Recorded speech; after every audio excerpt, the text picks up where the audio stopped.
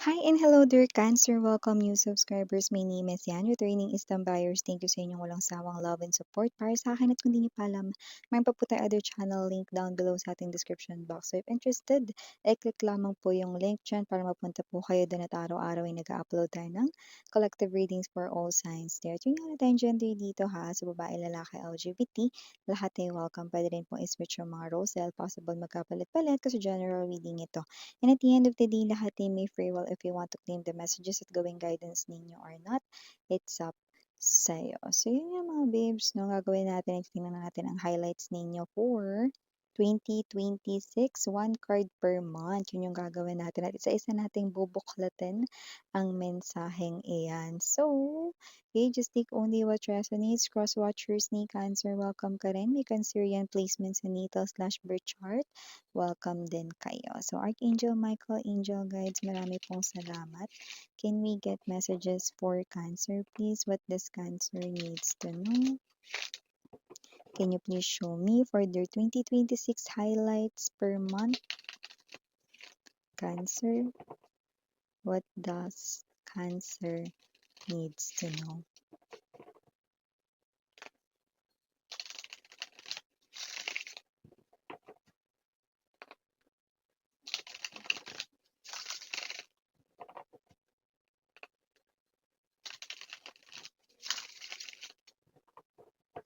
Okay, so let's go ahead and check these messages para sa'yo, Cancer. So, tingnan na natin. Pero ilatag muna natin siyang paganto. January, February, March, April,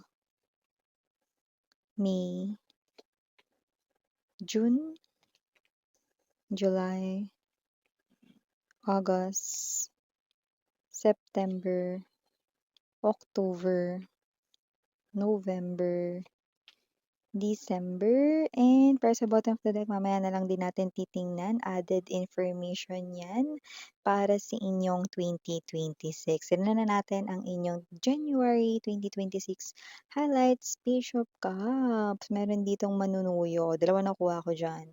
Pwedeng yan yung ex mo.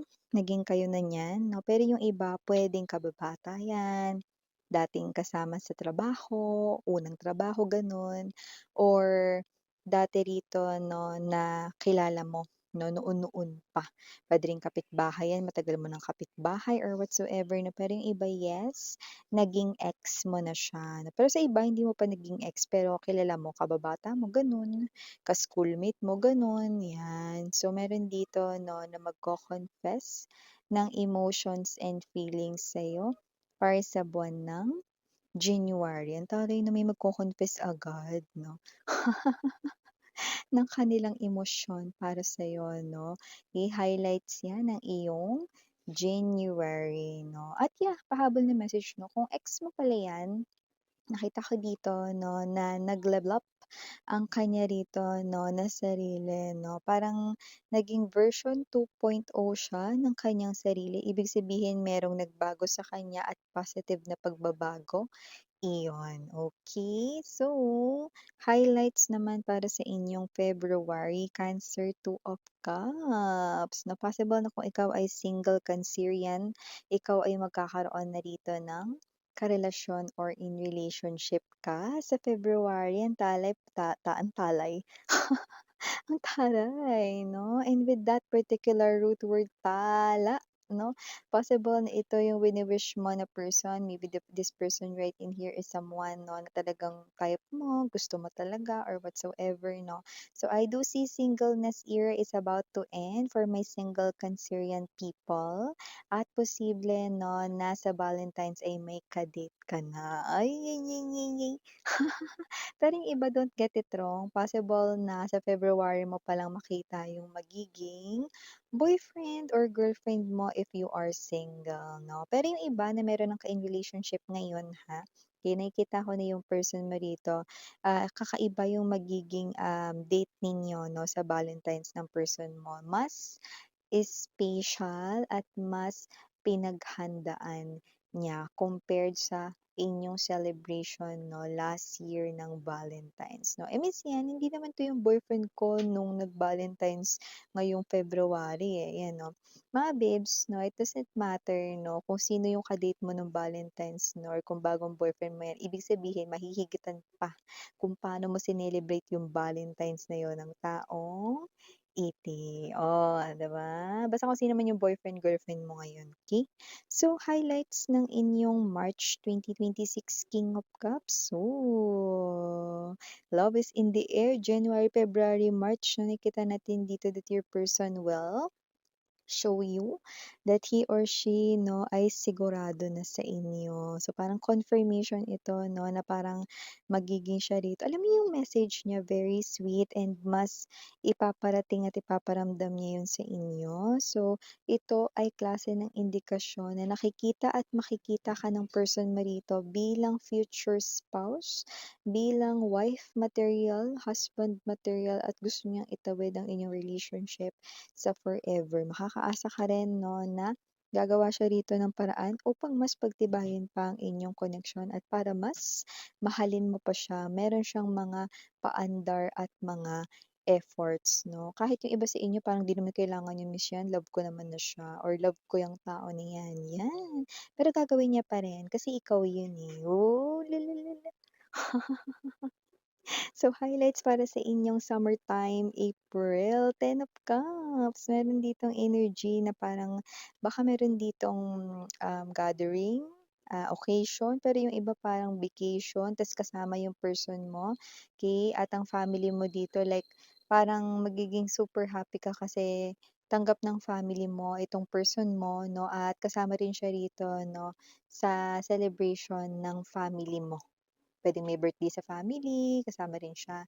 May outing, may swimming family, kasama rin yung person mo 'no. Like yung family mo yung magsasabi sa'yo na imbitahin siya or yung family mo mismo mag-iimbita sa kanya 'no. Kasi may nakita tayo ritong online invitation 'no, online message yun padadaanin 'no. So, puwedeng i-chat ng isa sa family member mo yung iyo ritong boyfriend, girlfriend na join siya or sama siya sa outing or sa birthday celebration, mga ganyan. Okey. Wow, parang pamamanhikan na. So yeah, we have here highlights naman para sa inyong May. Okay, nakita ko rito na merong mahihiya sa inyo 'no, puwedeng hindi rin kayo ito 'no, maaaring may energy rito kayo or hindi kayo, okay, na mahihiyang magtanong. Taray, 'wag mahihiyang magtanong, pero may nahihiya rito, okay. At dahil nalalaman niya na ikaw ay mahilig sa tarot, okay, siya ay manonood ng mga ganito 'no. Alam niya yung zodiac sign mo kaya maaaring dun siya manood, yan. So, may gano'ng klase ng energy. And yes 'no, nakikita ko rin dito 'no, na kung hindi naman 'yan yung isang person na kumo-connect sa inyo, puwede ring ikaw 'yan. Mas lalo kang eengganyo na manood pa more ng energy reading sa month ng May kasi tutugma sa situation mo 'no. Pero ang maganda, makakuha ka rin ng guidance 'no, kasi para rin naman sa'yo yung message, 'yan. Pero iba sa inyo meron kayo ditong gustong malaman 'no, na hindi niyo kayang itanong sa isang person at dun niyo makikita sa tarot, 'yan. Kaya yung iba puwedeng kumonsulta ng personal 'no, sa mga legit 'no, psychic mediums, okey? So, highlights naman para sa inyong June 2026 Cancer, Knight of Swords, may makikipag-usap sa inyo dito 'no, at very straightforward ang kanya rito pakikipag-usap, walang paligoy-ligoy. Parang ito ay isang klase ng deal, parang, isang klase ito ng deal na may kinalaman sa kaperahan 'no, and I do pick up that whoever this energy is, so this person here is aiming for success at nakikita kong hindi siya scammer. Legit naman siya. So, puwedeng kakilala mo siya or someone here na puwede mong pagkatiwalaan when it comes to finances or career or job or business, okay. I do see that whoever this individual is, this person here will also, make you successful, okay, sa career mo or sa negosyo mo, 'yan. Tulungan ito, 'yan yung nakikita ko dito. It could be a friend or it could be someone na kilala ng friend mo, but don't worry, that's legit, that's something here na, talagang kikita ka, okey, sa maayos na paraan, okey? Parang, puwedeng, o tignan mo, we have here the King of Pentacles energy. Definitely meron ka talagang makukuha because the King of Pentacles 'no, is wearing the crown and this is pentacle, this is coin. So, ibig sabihin mga babes 'no, magkakaroon ka talaga ng pera because of this, because you're gonna join there, because you're gonna have, opportunity na ganyan, hindi mo yan palalampasin. So, nakikita ko dito more ipon, more savings para sa'yo. July, nakikita ko na madadagdagan yung ipon mo compared sa naipon mo sa July last year or this year, I mean, 'no, 2025, 'no? Kasi July 2026 ito, eh. Okay, wow. So, August, we have the Knight of Pentacles energy. Okay, yung iba diyan nakakuha tayo ng energy rito 'no, na posibleng meron ditong humingi ng tawad sa'yo, someone from the past, kahit sino. Hindi na natin ini-exempt yung ex mo. Kasi nakita natin dito, this person right in here really wants na mag-start all over again. Pero alam niyang malaki yung pagkakasala niya sa'yo. This could be an old friend who betrayed you at some sort. Or this could be your ex-lover here who betrayed you, no, sa ibang way or pamamaraan, no. And I do pick up, someone here will definitely ask for your forgiveness para makapagsimula siya ng bago niyang life, no. And I do pick up that this person here parang nag-mature siya. Hindi naman niya ipipilit rito na patuloyin mo siya sa life mo ulit 'no, pero yung kapatawaran mo super importante yan sa kanya. So I do pick up someone here will definitely popped out from the blue, like parang yung energy is, ang tagal mo siyang hindi nakita, ang tagal mong hindi nakarinig sa taong ito, but this person here will show up, okay, August 2026. Alright, so moving forward, highlights para sa inyo ditong September.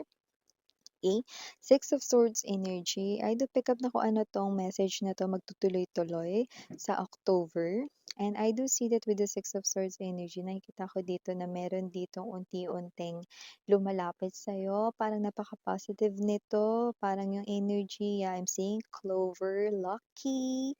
So I do pick up no na parang you will feel maswerte sa September at magtutuloy-tuloy ito ng October. Wow! Banayad lang ang energy, kalmado lang, and I do pick up no na magiging balance rin dito ang inyong situation, especially when it comes to money. So I do see na kung ano man ito, no, this feels so positive. Tignan nga natin yung highlights. We have here this Nine of Swords, yes, no, to the point na parang mararamdaman mo ito, hindi ka makakatulog sa gabi. Paano ba 'to?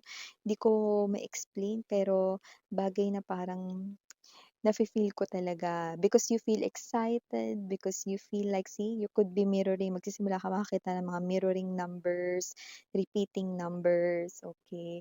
Yun yung nakikita natin dito, Cancer. And I do pick up no na kung ano man ito, bagay na mararamdaman mo talaga because maybe you're highly intuitive. And yung nakukuha ko rin kasi dito, yung mga parang lulong. Lulong talaga miss yan sa panonood ng mga tarot readings just like you. Yan 'no. So, if you think ikaw yon or gano'n ka, then high chance this message is yours. Mararamdaman mo na may paparating at parang hindi ka mapakali kasi excited ka pero hindi mo ma-explain kung ano 'yan. Pero hindi 'yan yung klase ng energy you're in fear or you're lonely or what, hindi. Hindi mo maintindihan ano 'yan. Tingnan na nga natin yung November. Page of Swords energy. Wow! I do see that you will notice yung mga signs and clues nitong paparating na ito and you will get hints 'no, kung ano man 'yan 'no, and it is your answered prayer. Cancer, ano man itong bagay na ito na mahahawi ang ulap dito kaya pala feeling excited ka, hindi ka makatulog 'no, kasi meron pala rito magtutuloy-tuloy 'no, na parang swerte or luck sa inyo 'no, at bagay na ito yung gusto mong mangyari at makakita ka raw ng mga ebidensya or proofs na ito ay mangyayari na. Wow! Nine of Wands energy December, ang ganda. Kasi sa nakikita natin dito with the Nine of Wands energy, this is your energy 'no, na you will feel excited kasi mare-receive mo na ano man 'tong bagay na 'to. You are on fire, you are excited to do this, okay, you are excited to be, in it 'no, or parang ikaw ito na parang excited ka na gawin itong bagay na 'to kasi answered prayer ito sa'yo 'no. Bigyan ko ka example. Kunwari ikaw ito 'no, na gusto mo rito na makapag-share ng blessings or, um, makapagbigay 'no ng tulong 'no sa mga strangers like mga old people 'no, kagaya ng mga lolo't lola 'no, ng mga nasa streets, 'yan, pero wala kang money. Pero answered prayer ito kasi nakikita ko unti-unting lumalapit ang pera sa'yo, okey? Gano'ng klase ng energy and sakto dahil 'yan ay December 'no, at ang Christmas ay seasons of giving din 'no, hindi lang seasons greetings 'yan or holiday 'yan 'no. Pero nakikita natin dito na meron ka ritong bagay na ma-e-excite kang gawin. Yung iba naman puwedeng 'yan yung love life naman ninyo na parang meron kayong gustong isang person and then hindi niyo alam 'no kung magkakagusto ba yun sa inyo pero makikita niyo yung liwanag, may mga makikita kayong mga sign and clues na, nagugustuhan na rin kayo ng person na 'yan. So, definitely you will feel excited about this 'no. Ano man 'yan, whatever it is that you prayed for, whatever it is that you hope for, okay? And whatever it is that you wish for, it is coming December 2026, 'no? Kaya ano pang hinihintay mo, 'no? Receiving mode, sweetheart, 'no? Para talaga naman, 'no, na ma-claim mo na ito. Added message para sa'yo, Cancer, we have the Four of Wands. Yung iba marriage yun, na nilu-look forward ninyo 'no, or blessings para sa family ninyo 'no, or good health 'no, nakikita ko yun dito. Nakikita ko ano man ito, hindi lang ikaw yung magse-celebrate dito 'no, kundi nakikita ko rin na marami rin ditong matutuwa 'no, mga tao sa paligid mo. Wow! Ang ganda. So yeah, these are all the messages I've got right here for you, Cancer. Claim mo na ito, ano pang hinihintay mo? Thank you again, I'm Yuriana Onni. Sarang hey all of Enlight. Annyeong.